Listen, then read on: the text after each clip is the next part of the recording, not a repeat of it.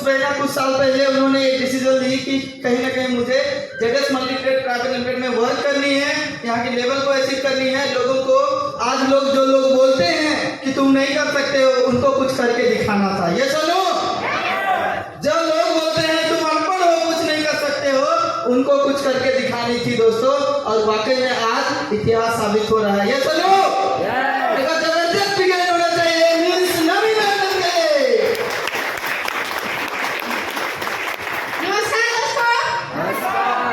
नमस्कार दोस्तों, आवाज नहीं आ रहा, सब ठीक ठाक है?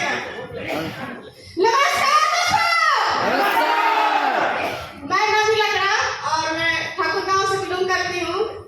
सबसे पहले जिनके माध्यम से हमें इस स्टेज मिली है, मैं वो अपने मेरे गुरु को मैं नाम लेना चाहूंगी, मिस्टर सुहन खलखो के लिए, मिसेस अनिशा खलखो के लिए जोरदार क्लैपिंग होना चाहिए।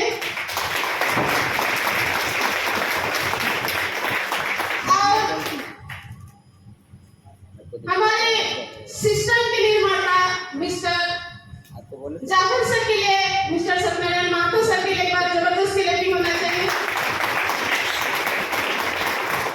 आज हमारे सुंदर बनाए हुए सिस्टम के लिए सारे